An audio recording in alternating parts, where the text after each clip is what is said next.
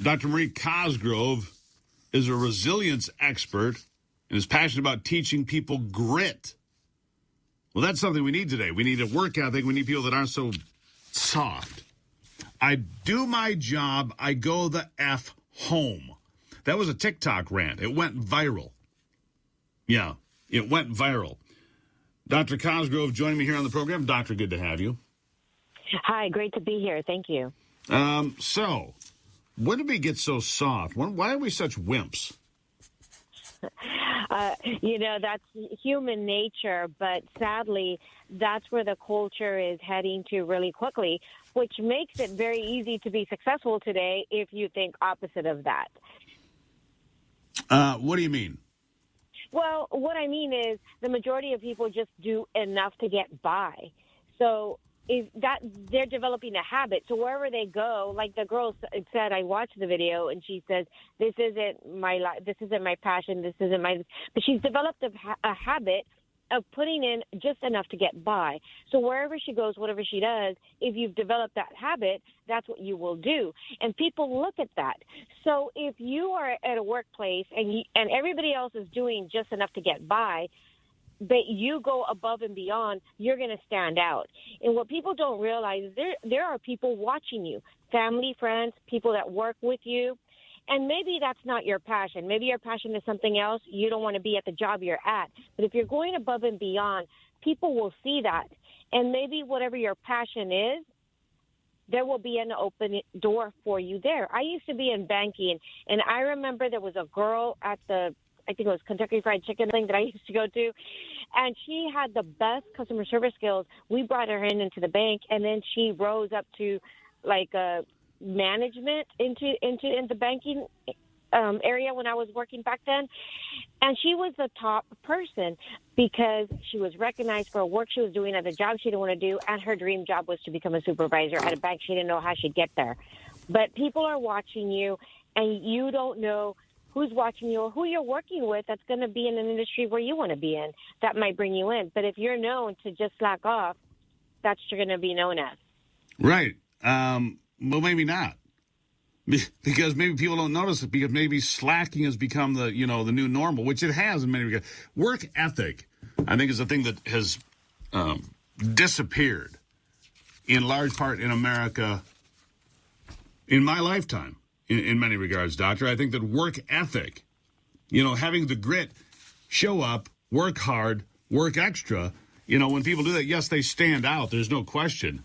That's because there's so many lazy people in the world anymore. Lazy people. Sloth, I think, is one of the 7 deadly sins. Anyhow, am I wrong? No, you're right, because I experience it everywhere I go, unless you're like at a Chick-fil-A that they're highly trained to provide great service. But you do experience it everywhere. But every once in a while, I recommended someone from Best Buy for one of our distributor groups in New York one day because they provided the best service. The guy even walked me to my car, brought my stuff to my car.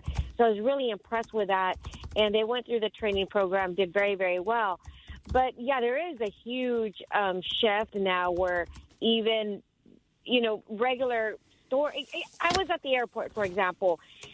Now you're expected to tip before your service. So you have to order from the app, you have to pay and provide your tip. So people are expected to receive a tip without providing good service. And that's encouraging a culture of continuing this laziness because you're going to get mediocre service. And then you feel like if you don't tip, I think you're going to give me bad service, or I have to tip to get good service. But even if you tip, you've already tipped, so you still get crappy service.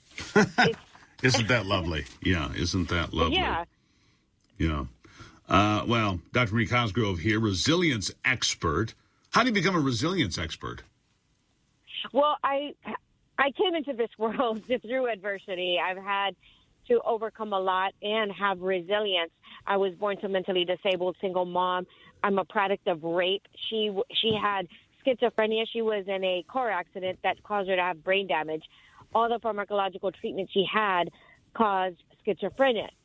So I grew up in a very difficult environment, no dad, and in poverty. I did very well in business because I went above and beyond. You didn't do very well with crybabies, did you? Whiners don't work for you very well, do they? Because No, you're like, they do really? not. Suck it up, Yeah. Buttercup. You think your story's tough?